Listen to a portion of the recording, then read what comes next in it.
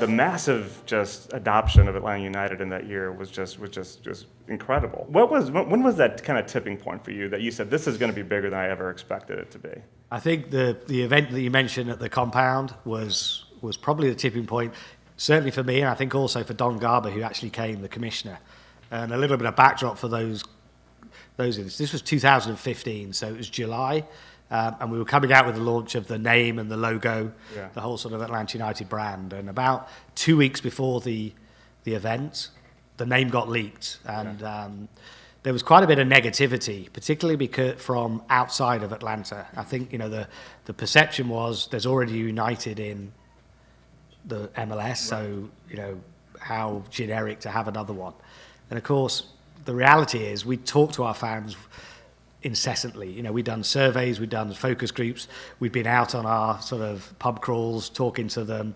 So we knew what the fans wanted, and what they wanted was something that was symbolic of how soccer is in the rest of the world. So the idea that we're part of this global sport now. And what they didn't want, and that was more important, was for every person who liked the Phoenix emblem and Civil War, 2 people hated it. There was a lot of disconnect on some of the names that were being bandied around. And for us, United was clearly the word and the association that people wanted.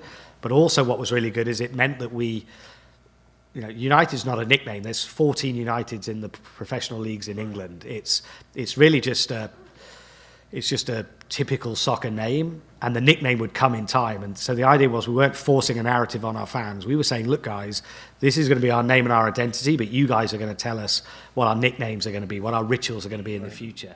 And so there was this negativity, and I remember it because it was probably the first time we'd had anything that was considered not to be successful. And I was a little bit down. I remember being down and talking to Arthur about it, and he was brilliant because he said, look, we've listened to our fans, we know what they want, this will be forgotten in the future.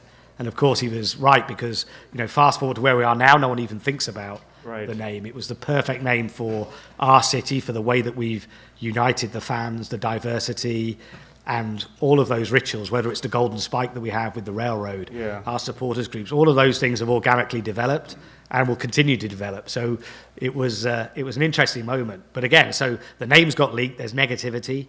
So now we're panicking because we'd gone to the compound over on the west side. Indoor-outdoor nightclub can hold about 4,500. And we're not sure if we'll get more than 400 because what's there to see now? Everyone knows the name. And we managed to persuade the commissioner to still come. So we were in a bus outside doing some interviews, and word came that we had to delay the start because the queue was all the way down to Marietta Street. It was credible in terms of the lines that were coming in. And so when we actually came into the building and it was absolutely packed, people were standing on the walls to try and get a better view. That was the moment I think that I realised it, and certainly the commissioner was just like, wow, this is crazy. There was 4,500 to hear a name unveiling, that the name had already been unveiled. And that was the moment when it was a fantastic evening. I remember we did a big tifo of the new logo that the crowd surfed it across the whole crowd.